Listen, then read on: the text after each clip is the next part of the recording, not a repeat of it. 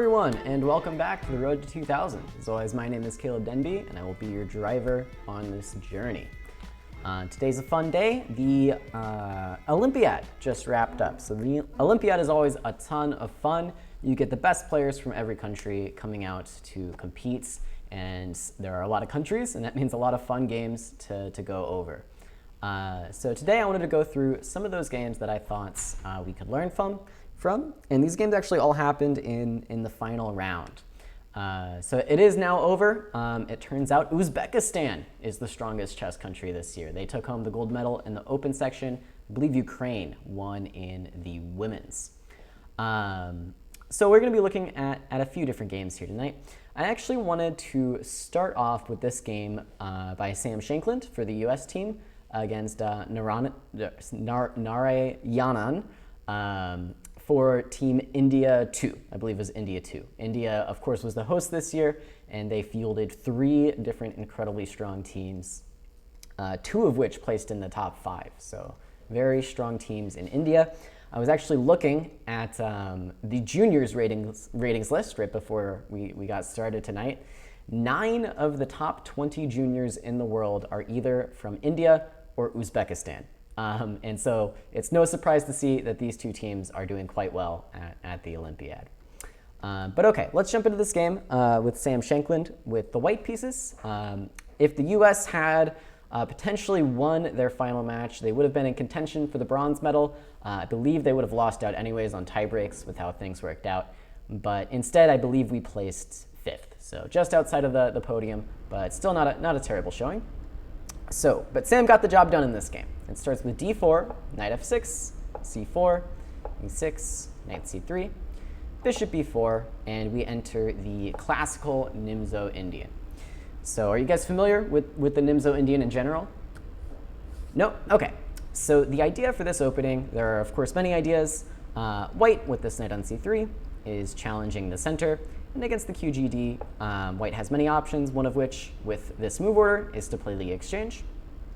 But now after bishop b4, black is saying, I'm going to pin your knight, fighting you for control over the center, so you're not going to be able to play this move e4. And then the variations sort of digress from here. Sometimes black is going to capture this knight, double white's pawns, provoking some weaknesses. Sometimes white is going to take a calmer approach, something like e3, and just develop the pieces. But in this case, we see queen to c2. So this is sort of an odd-looking move at first glance, but the idea is very simple. Now we can force this bishop away, and instead of capturing back on c3 with the pawn, making all those weaknesses, white's going to be able to take back with the queen, preserving the structure. So for example, if we play a3 here, most likely black will take, and now black will very often try to target this queen side. I've shown games like this before where you go after these pawn weaknesses. But after queen c2, we'll see that in this case, Narayanan chose d5. We get a3. Now black still takes in this case, and we see queen takes. So white gets to keep the pawns nice and clean, no broken structure for white. So what was the downside to white playing queen c2 and queen takes c3? Does anybody know? What could possibly be the downside to doing this? Right, positionally there is no downside, right? We just get to keep our structure. We got the bishop in exchange for the knight, but of course the downside is it costs you a lot of time. So the challenge here with black, you've made a positional concession. You've given up your dark squared bishop, your good bishop, the bishop that doesn't operate on the same color as the pawns. In exchange, all you have is white spent a few moves to take your bishop off the board. So this line is really going to be about black proving that these three tempi, these 2 tempi, actually make a difference. And so black needs to play very actively here, or else you're just going to be positionally worse. So part of that is going to involve trying to make white waste even more time. So here, black plays this move, b6. So this move should probably strike you as a little bit odd. So in general, by far the main move here is going to be castles, I believe. And you can also try to play actively with something like c5 in a lot of cases, but you want to castle the king and then start coming after white on the queen side. But we'll see that Narayanan has a very interesting idea. So let's see what his idea was first, and then we'll come back to the normal stuff. So here white plays this move, knight f3. This makes a lot of sense. Black is intending to open the center and challenge the d pawn very early on, so it's nice to defend this pawn. And now black is going to take on c4. And this is part of the idea for black. Now if white takes too long to recapture this pawn, something like e3, you're going to see this bishop gets hemmed in. And black might actually be able to hold on to this pawn. Let me check. It's been a while since I've looked at this kind of thing. But I believe we can just play this move. Okay, maybe we don't want to go b5. Looks like knight b to d7 is the simplest. But much more common is to just take this pawn back. And now we can again force white to waste a little bit of time with bishop a6, queen a4 check, and now queen to d7. So interestingly, black has decided to delay castling in this line. This is Narayanan's big idea. And so now after queen to c2, black still isn't going to castle and goes queen to c6. And Sam here simply captures, and then the game continues. So I want to compare this position with what happens when black plays the main line, which is castles. So we're going to see the game go down very similar, into very similar territory. We see takes, and now b6 still is the main idea. And here, you get this interesting moment where it's white's turn, right? Compared to b6 in this position, where, okay, so b6, knight f3, dc4, queen c4. Here it is black's turn, and black goes ahead with the plan, bishop a6. Versus this position, where after b6, it's white to move, and black has already castled. So rather than play bishop a6, basically black has castled in that position. And this gives white a tempo. So what Narayanan is saying is that white's tempo here is useful for white. White would love to play bishop g5, which is the main line. And now after bishop a6, queen a4, we're going to get all the same things, queen to c2. But now if we go to queen to c6, there's already pressure on this knight. So what Narayanan is saying is that here we get the same position, but you don't have bishop g5 in yet, and I was able to play more actively with queen to c6. Now, this is all well and good, but it turns out it's just simply a bad idea. I think that's all there is to it. It's just not a great idea here for black. So what was wrong with black's thinking? Well, it turns out there's a more useful square for this bishop than on g5. So Narayanan did all this move order trickery to try and get Sam into a position where black has some small improvement, right? We haven't committed our king to castling, but it turns out this king is going to castle anyways. We're going to be owing this tempo for a while. And in return, white now gets to keep an option with this bishop on c1. We are no longer committed to putting this bishop on g5. And that's why Sam plays bishop to f4 here. And after this move, black is already in quite a bit of trouble. So that was pretty technical stuff in the Nimzo-Indian. The point I was trying to make is that sometimes, as is the case here, it's better just to play simple moves that you know are good, that you know are necessary for your position, like castling. Because while it might seem counterintuitive to give your opponent options, right? Bishop a6 doesn't really give our opponent a choice. We're playing a very forcing line. Castles gives our opponent all kinds of choices. But in the opening especially, every choice you make is going to be somewhat committal. And so here, we're forcing white to decide right now, do you want to come to g5 or do you want to come to f4? And then black has remained flexible with his pieces and can treat each line differently. Versus what happened in the game, which now we've committed all of our pieces as black, and so we're not as flexible. We're not able to deal with white's different choices as easily here. And in fact, bishop f4 creates a lot of problems that black is just not able to solve. So one more side note. So in this main line, if you go bishop f4 right away, then we're going to go bishop a6, and now queen takes c7 results in this line where we get to sacrifice a pawn, and white can very seriously fall into trouble quite quickly, and this line has been seen to be totally fine for black. But you'll notice, we still have this knight on c6, we still have queens on the board, and that's what makes this line work for black. So this is the option that black no longer has in the line in the game, right? Queens have already been taken off the board. There's no way we can just sacrifice this pawn and have activity here, right? Just too much has been traded. We've committed this knight here. We're not castled yet. Our rooks aren't coming into the game. So black instead has to play knight to d5.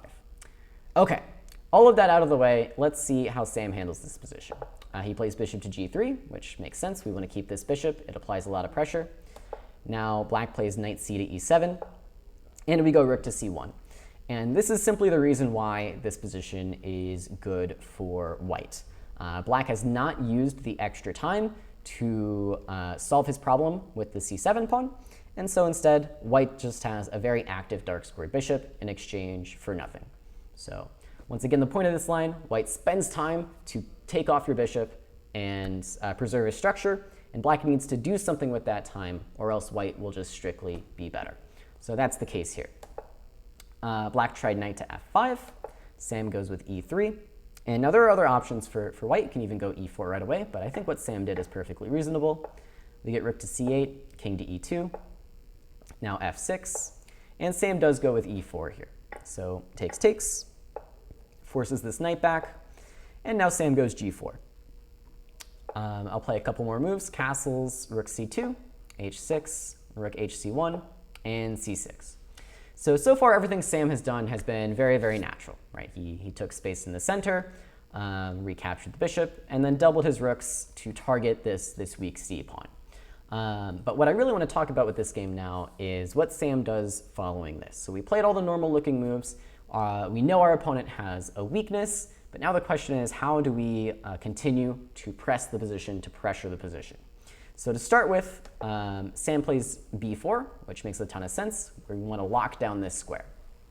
And now Narayanan plays rook to a8. So this is the first moment I want to pause and ask you guys to take a moment and think, what should we do here with whites, and what is black trying to do? So long term, what are we trying to do? And short term, what's happening right now?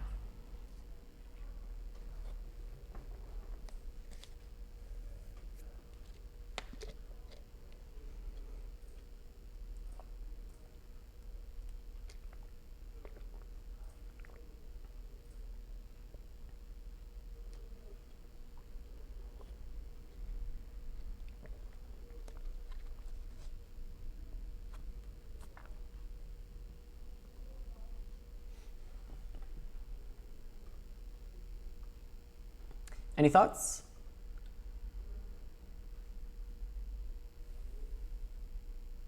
Yeah, what do you think? I don't know about long term, but immediately I'd consider playing d5 just to in hopes of opening the c file and getting my rooks active.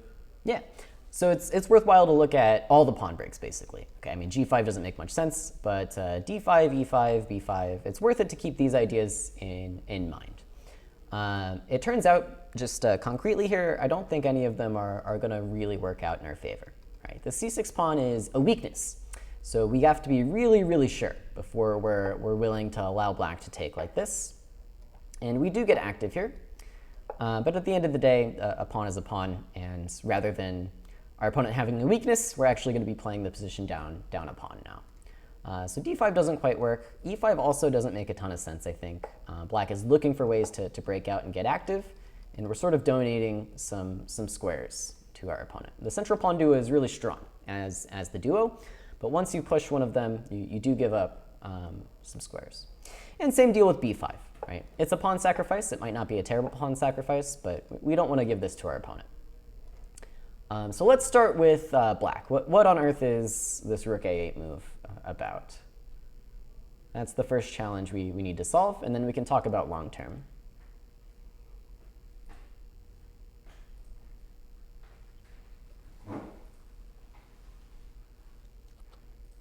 What is rook a8 about? Yeah, exactly. Black is, not happy to sit back and allow us to pressure this pawn. He's trying to go push this pawn forward, open up the a file, and find his own activity. Right? If his rooks invade, then the c6 pawn doesn't matter so much. He can just attack our pawns instead. So our first challenge is to figure out how we can prevent or at least discourage the move a5.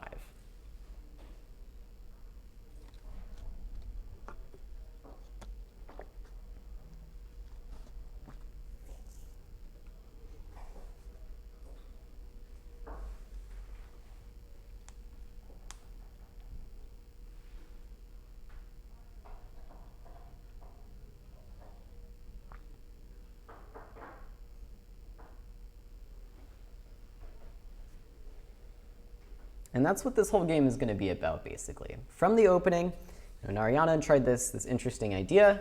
It didn't really work out, and so Sam has this pretty tight grip on the position. Black has this weakness. He's tied down to this weakness, and what's so impressive about this game is how Sam, held on to this grip on the position the entire game. Black never gets out. Black never gets active. Start to finish, it's a really, really sad affair.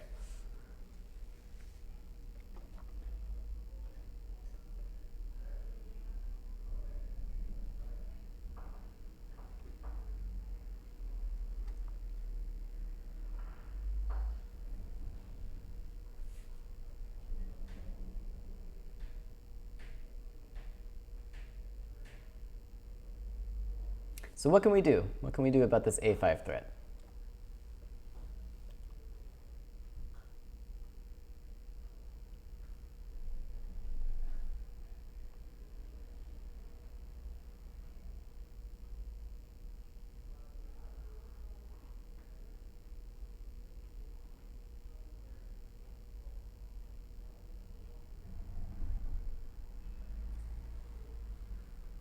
Any ideas?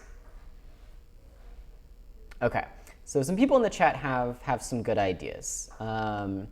So let's pass, and let's just put A5 on the board. So here, we have three options, I guess, basically. We can allow black to take on B4, and we would recapture. We can take on A5, or we can push past with B5, right? These are the three options, right? So the question is, how can you make one of those three options really beneficial to you? And I like what the people in the chat came up with, which is the move Rook B1 or Rook B2. These moves are pretty equivalent. So after Rook to B1, A5, we're really never interested in allowing black to open this A file. Black is already on the A file. He's ready to open it up, and we just can't really challenge him there. But what we can do is sort of change the fight here. And so with Rook B1, we're actually activating along this B file, and we're going to try to make that more relevant than whatever black is doing. So here we have two options, BA5 or B5, because again, we're really not happy with A takes B.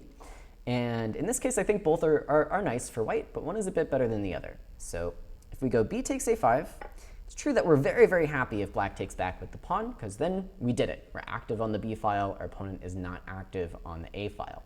But I think black might try something like Rook takes A5 here, and while we're getting active on the B file, he's getting active on the A file, right? It's sort of this mutual activity. This is still going to favor white, but black is at least playing for something.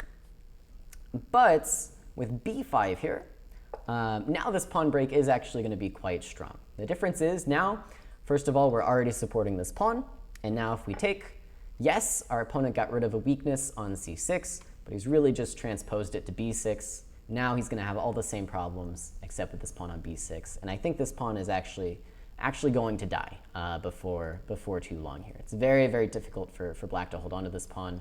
We are already ready to double, and we can even bring in another piece to help pressure. So that's Sam's move, this move Rook B1, and it's a very, very strong idea. So that's how you want to start here. You want to limit counterplay, right? We don't have immediate breakthroughs. You were right to look at stuff like D5 and E5 and B5, all these pawn breaks. But when you see that they don't really work, then you want to prevent counterplay. So that's where Rook B1 comes from. Very, very nice move. Now black plays Rook F to C8, actually missing his chance to find counterplay. Just briefly, I want to mention this opportunity for black. He could have tried this move B5. And now after Rook to C5, he can still come through with A5. He has prevented us from playing our idea. And now white's going to have to get pretty creative. He can try A4. And at the end of the fireworks, white is going to be winning a pawn. But black is getting active. So black could have tried this, sacrificing a pawn to get a ton of activity. Although it is very, very difficult to prove that you're not going to be just down a pawn here. I think the lines go something crazy like knight to G6, threatening knight F4, and then actually something like knight to E5 here. Like it's crazy stuff. You have to be very, very creative to survive with black. Sorry. So that would be in the case of this move, rather, where now we have this idea of Rook to D8. So really, really crazy stuff. That obviously wouldn't work in this case because if we tried this, there's rook b2. So against this, black would have to find something else, and it would just get really crazy. But yeah, so that's the only real way, only chance black had to not be significantly worse this game, and he's still a bit worse. But how to try this b5 idea? So interesting balance there. Black wanted to play a5, so white played rook to b1, threatening b5 in response. So black could have played b5 himself, stopping our idea and insisting upon a5. And maybe this is the way he should have continued. Instead, though, rook f to c8. And now our opponent really only has these two ideas for how to get active here. So Sam keeps his grip on the position and actually manages to make a5 and c5 sort of semi-permanently not a problem at all. So what can we do to challenge both of these ideas and sort of make them a little bit more irrelevant to the position? Here we have some time. Black is not immediately threatening to play either move, because again, b5 is going to be quite strong. So we have a couple moves here to really tighten our grip.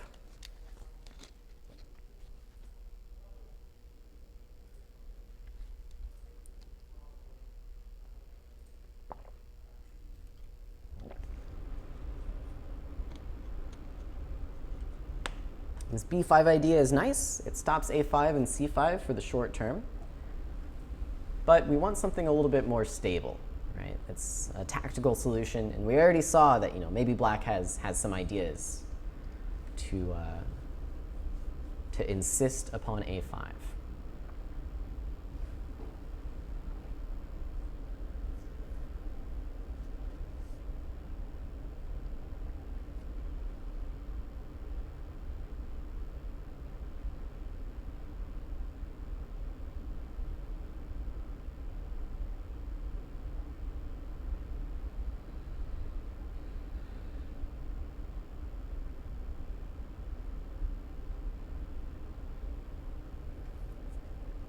And as always, we're looking for how to improve all of our pieces at the same time.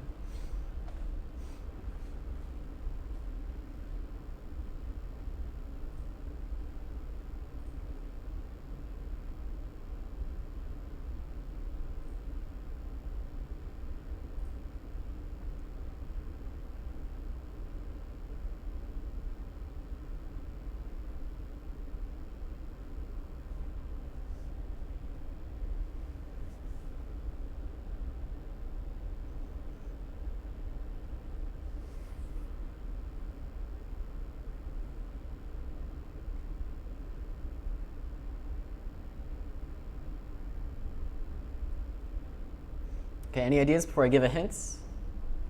No? Okay. So this knight could be doing more. On f3, it's a pretty good piece because it's helping support our pawn on the semi-open file.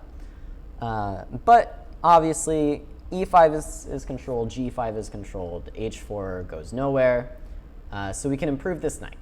So there is a square on the board that is pretty much ideal for this knight right now, and we can get there pretty easily. Someone in the chat is thinking about knight ideas, and they were thinking about trying to head for the d6 square, but they did mention that they thought it might be a little bit slow. And so yeah, coming to d6 would be nice, but again, black might actually challenge our pawn in the future. So there's a square on the board for this knight that's very stable. It helps us stop counterplay down the d file, down the c file, and down the a file. What's the magic square? Anyone? b3. That's exactly right.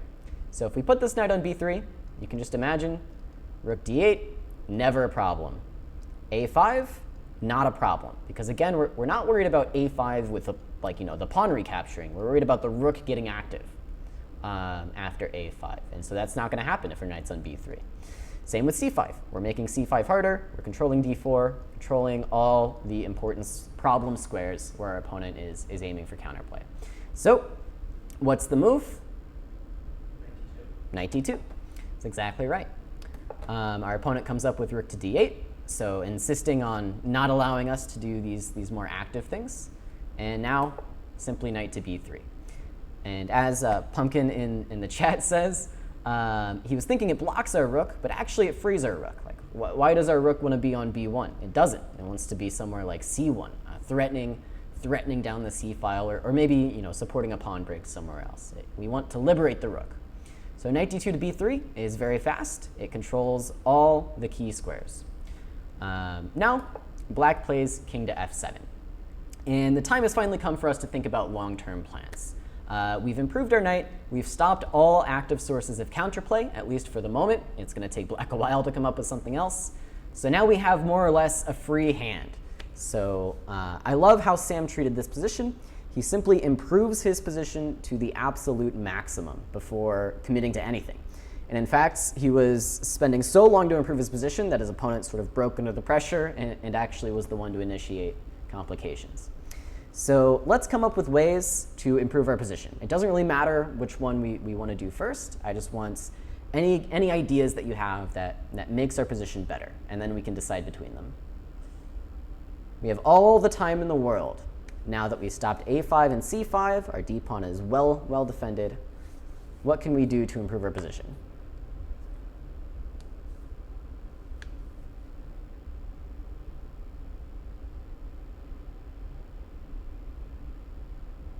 Someone in the chat says king e3. That's an easy one. Bring the king up, support our center. Wonderful move. What else?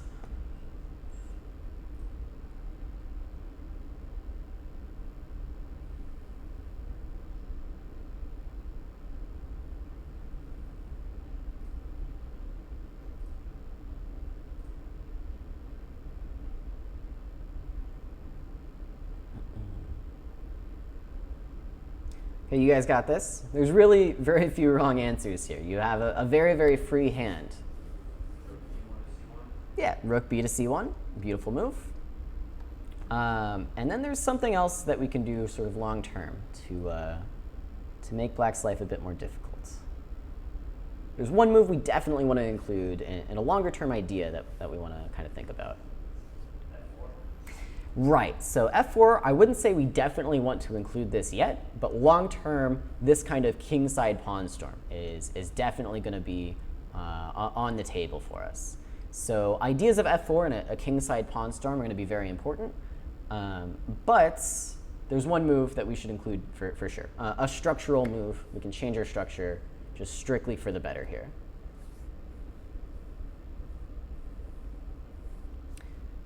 F4 is tempting, but it is a move that you can't take back. And it might give our opponent, much like how b4 allowed this a5 and c5 idea, it might give our opponent ideas of something like g5 someday, trying to get active play. So I don't know if that we want to commit to f4 yet, but it is a good idea in the long run.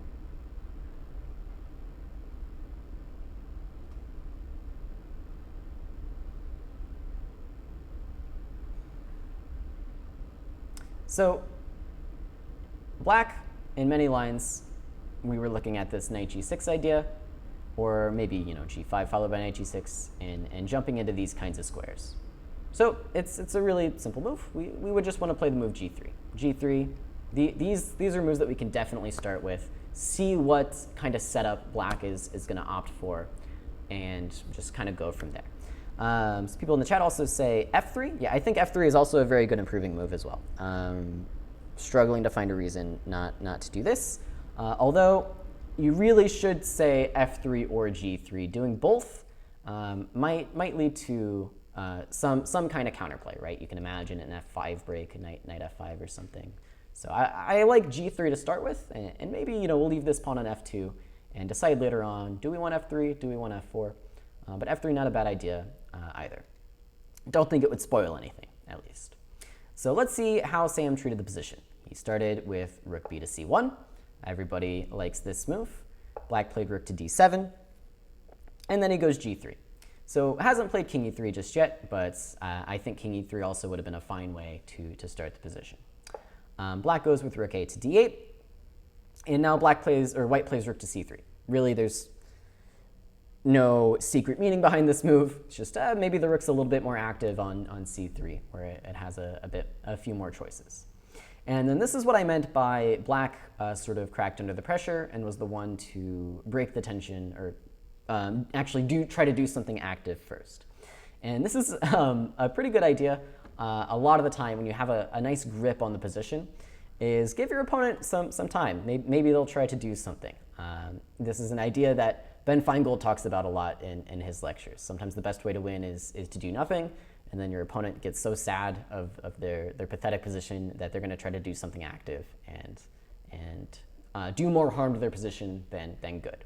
So that's the case here. Narayanan chooses to go with e5, trying to get active down this d file. But of course, this comes with a pretty massive downside. So what's the downside to e5? D5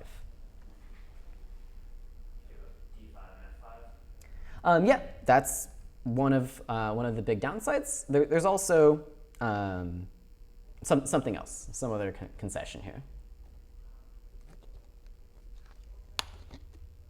And we will see that those weaknesses become very, very relevant in this game, actually.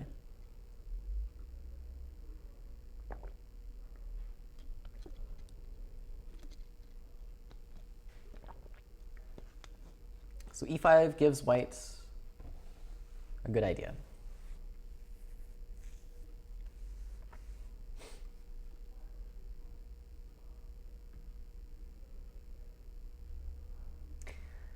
You know, we have one weakness in the position, and one weakness is pretty good, but oftentimes it's not enough to force a win. And so another big problem with e5, some people in the chat are pointing out, it allows white to kind of make another weakness here. And so d takes e is going to be the way to go. And now it might not look like much, but this e pawn is actually isolated. It's not the easiest pawn in the world to get access to, but it's isolated, it's somewhat weak, and white might be able to use that to his advantage. So we get d takes e5 and d takes e5. And now, once again, the question is, how do we improve our position? Right? Things have kind of changed. We put this knight on b3, and this knight was great on b3 while it was defending our weakness, stopping a5 and c5. We've got our rooks on the c file, our king on e2. So what can we do to improve with this new change in structure? Whenever the structure changes, you really need to reevaluate where all your pieces are. Is this still where they belong, or is something different?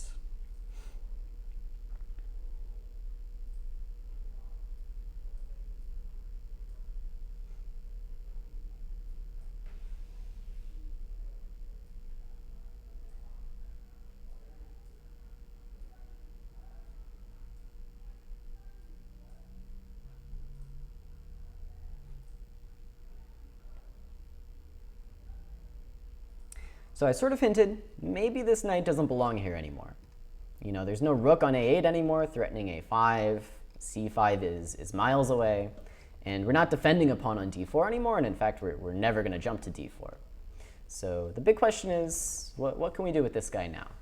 Right? b3 was a great square when we chose it, but the structure has changed, so has the optimal square for this knight.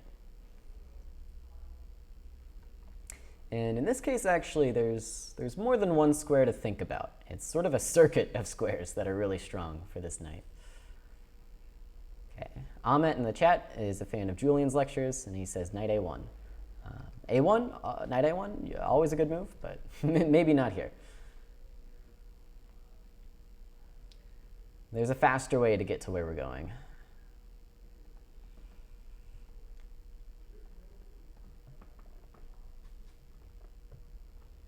So what squares come to mind? Because like I said, there's more than one good square on the board here. Wherever they target the e5 pawn. Right, so d3, f3. Yeah, d3, f3, c4. c4. So I like that idea. We definitely want to be targeting this e5 pawn. Now, how are we going to decide between f3, d3, and c4? Actually, one of these squares is pretty significantly better than the other two. Although we'll see that I think two of them actually have quite a lot of merit here. Quite a lot of merit.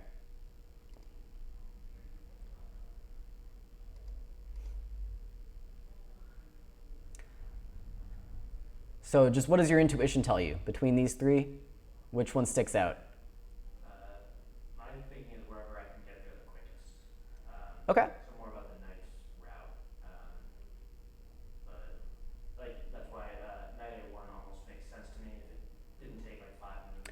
Yeah, I mean this is ambitious, right? So maybe rook 1 to c2, knight c1, and then knight d3. Yeah, I think that's an excellent idea. I think d3 is a pretty decent square for this knight, but I do think that it's pretty clearly second best. So let's eliminate one. Which one seems like the worst?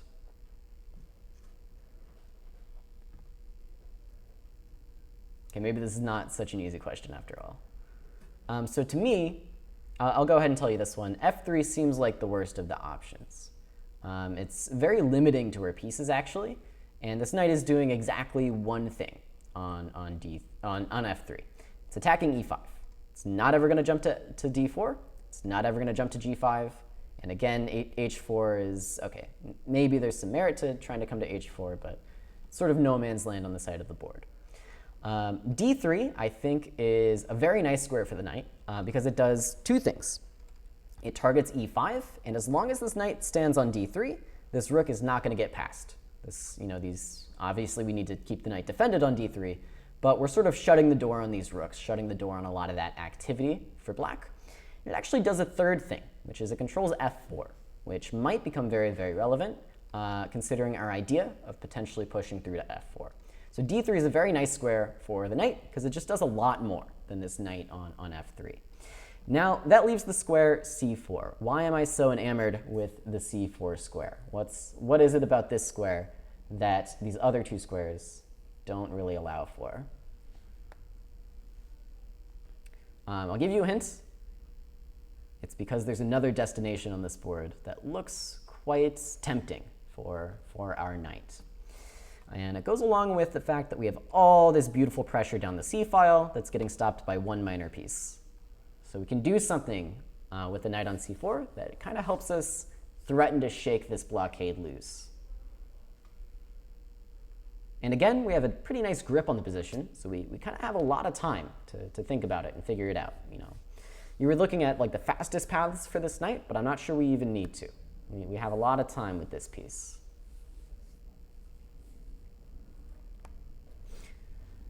Yeah, and Bunzo in the chat has the idea here. It allows us to take this path, right? We can threaten to jump into this F5 square. So like you said, big drawback to E5 gives up the F5 and D5 squares. And in this case, this F5 square, we have such a good grip on it that knight E3 to F5 is going to be very, very challenging for black to deal with. How does that help us on the C file? Well, if this knight disappears, the floodgates are open. We're coming through, we're breaking through, we're winning this pawn, getting active. So I still like your move, rook 1 to c2, and this is what Sam plays in the game. And actually, maybe Sam played this move before he had decided which path to take, but it allows both for knight to d2 and knight to c1, whichever path you so desire. So black plays rook to d6, no reason not to continue with the plan. We go knight to d2, rook to e6, knight to c4. So black, in the meantime, has sort of anticipated our idea of targeting f6 or targeting e5. So he does this weird little maneuver with the rook. Obviously, it comes with the downside. The threats down the d file are pretty non-threatening if there's only one rook there. So now we get this move, rook to d4. It's time to play that other improving move we talked about. Now that the e4 pawn being attacked is actually relevant, no reason to not play g3 or f3. The only reason we were a little bit hesitant is if someday this g3 pawn might get attacked. It's not looking so likely now that e5 has been played. So f3, just a good move. Now this king comes out to f6, overprotecting this pawn. Nimzovich would be happy. And now Sam comes up with this move, rook to d3.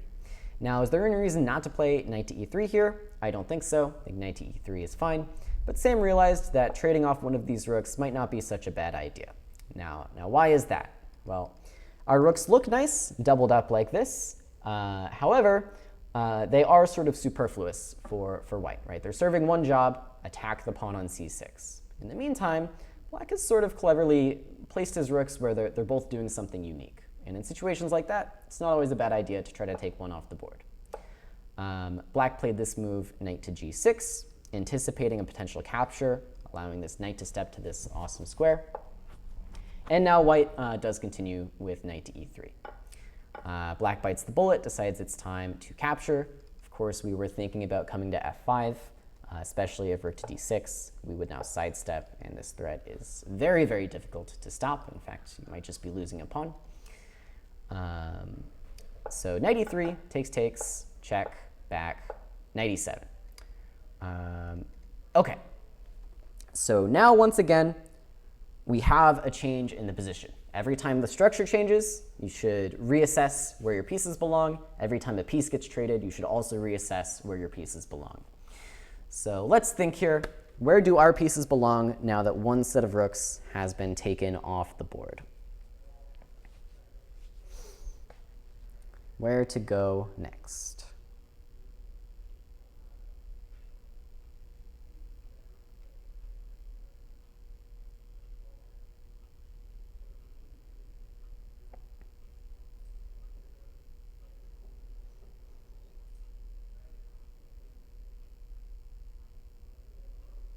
So once again, hopefully you guys have heard of the principle of two weaknesses. One weakness here is good, but it's not enough to break through, right? Black's just defending it. We need to draw Black's attention elsewhere as well. We need to stretch his forces thin. With two weaknesses, it can be very difficult to keep track of everything.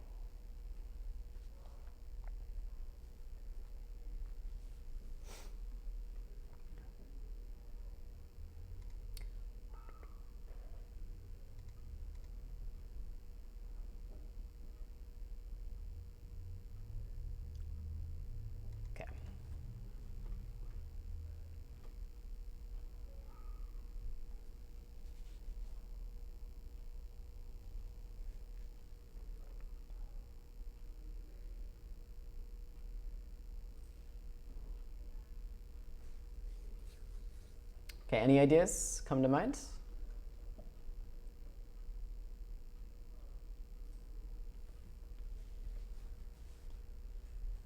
I guess D5 is like nature weakness, but it's, you know, the king's by it. Yeah. So it's not, Difficult to attack, right? yeah. So Sam, I think here, another big reason why he traded off the rooks is he liked your move knight d3. Right? Knight d3 inherently looks really nice. Guards this square, and again, importantly, helps defend f4. However, with two rooks on the board, it sort of ties down our pieces. It gets clumsy. We need to have a rook also defending our knight, as long as the rooks are doubled here. And so I think Sam wanted to get one set of rooks off the board so that he could very comfortably put this knight on d3, where defending it with the king is always going to be enough. And our king is very, very well placed in the center, so the king will sort of always be there to help the knight. And so that, I think, is another big reason why Sam went for this rook to d3 idea. So let's start with that. Let's get this knight to that d3 square. So knight to c4, rook d4, knight b2, g6, king e3, rook back to d8. And now Black has played this g6 move. I'm not sure Black needed to do this. I think this actually sort of advances our plan a little bit faster.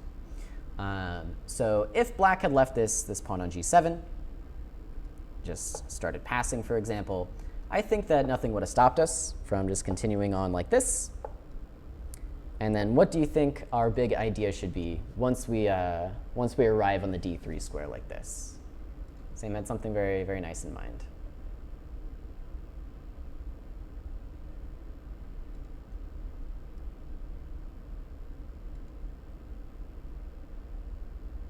So while you guys are thinking, Dark Tiger in the chat said, seems like Sam's plan jumped all over the place in this game. And the answer to that question is yes and no. That's sort of the point. His plan, I believe, was pretty much always correct at the time. In chess, you don't want to get married to a plan because there are a lot of things that should justifiably change your plan. Once again, those things are when the structure changes or when pieces get traded. So every time the structure changed, Sam reassessed his plan, reassessed where his pieces belong, and found the new correct squares. Every time pieces got traded, Sam reassessed the position, reassessed his plan, and came up with the new best plan. So that's the key. Plans change in chess whenever the structure changes and the pieces get traded. So yes, his plan jumped all over the place, but it should have. It was correct. Every time he came up with the plan, I think it was a good one.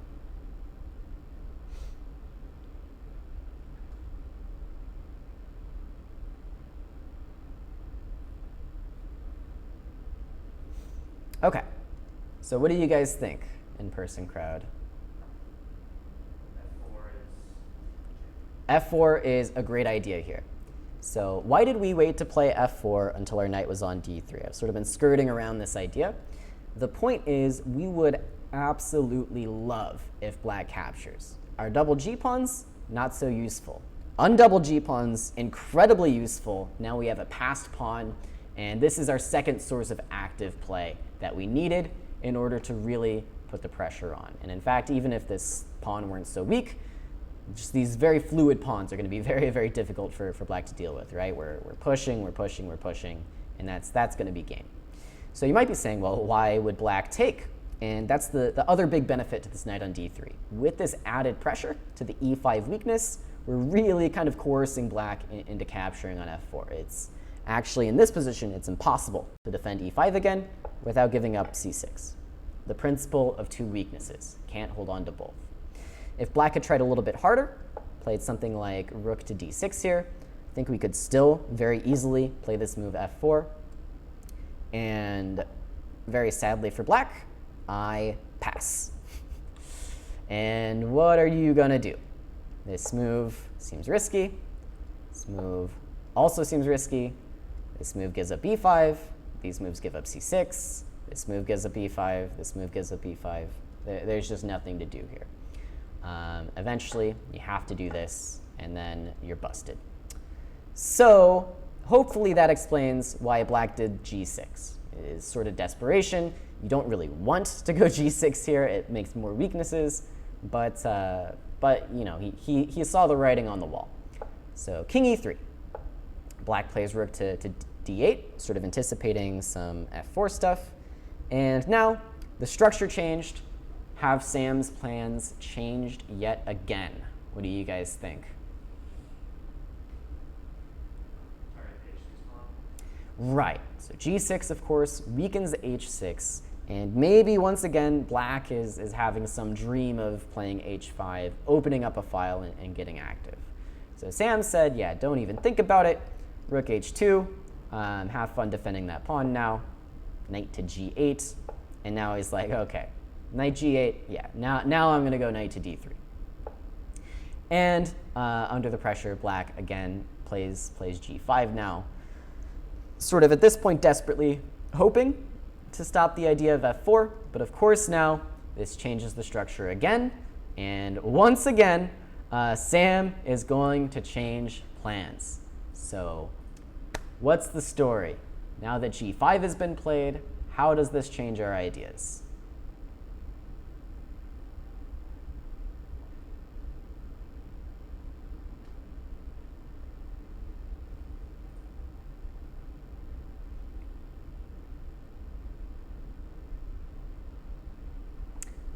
Yeah, someone in the chat says Zugzwang even in the mid game. Yeah, I mean, I would say this is a very late mid game. Sort of these queenless positions often function as endgames. But these Zugzwang ideas, that's sort of what happens when you have two weaknesses. It can be very tough to deal with both, and your pieces are going to start stepping on each other when that kind of thing happens. So okay, what does G5 change compared to the pawn on G7 or even G6? Yep, F5 is open and H6 is weak.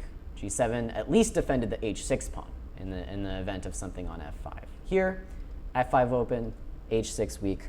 So, of course, what does that mean for this knight? Time to start moving again, right? D3 was the right choice, But now that G5 is here, D3 is no longer the best square. So it's time to get on our horse again and start jumping around.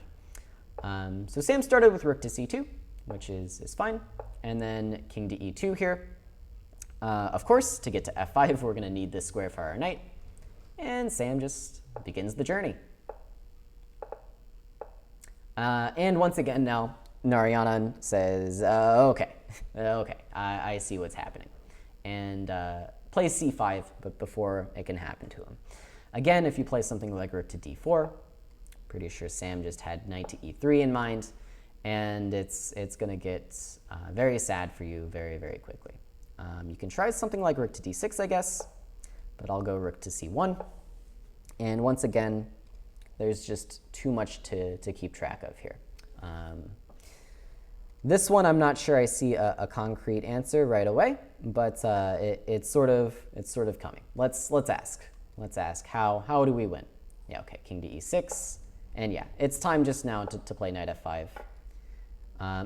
Yes, I remember this one now. I remember this one.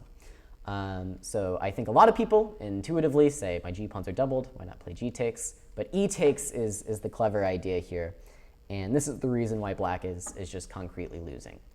Now we have a path to target e5, c6 is weak, h6 is weak. And with all these things together, you're not going to be able to hold on to the position. I think even immediately this, and rook h1. You can give me a check, but now you can't do everything, right? You just can't do everything here. Okay, maybe I should be more clever. Yeah, rook c4, for example. Eventually, your guys are going to fall. So, seeing that coming, as these strong players do, Narayanan was like, okay, I'll try c5. I'll at least change something about the position before this knight f5 sort of death bell tolls. So b takes c5, of course, is the obvious move. We want to ensure this pawn on the c file remains weak. Black throws in knight to c6. We move out of the way. Now b takes c5 happens, and the rest of the game is pretty concrete. Sam says, I will take that c5 pawn and then win the game. So that's what he does. Here, black comes up with a fancy little tactic. Don't think about taking that guy, causes you problems.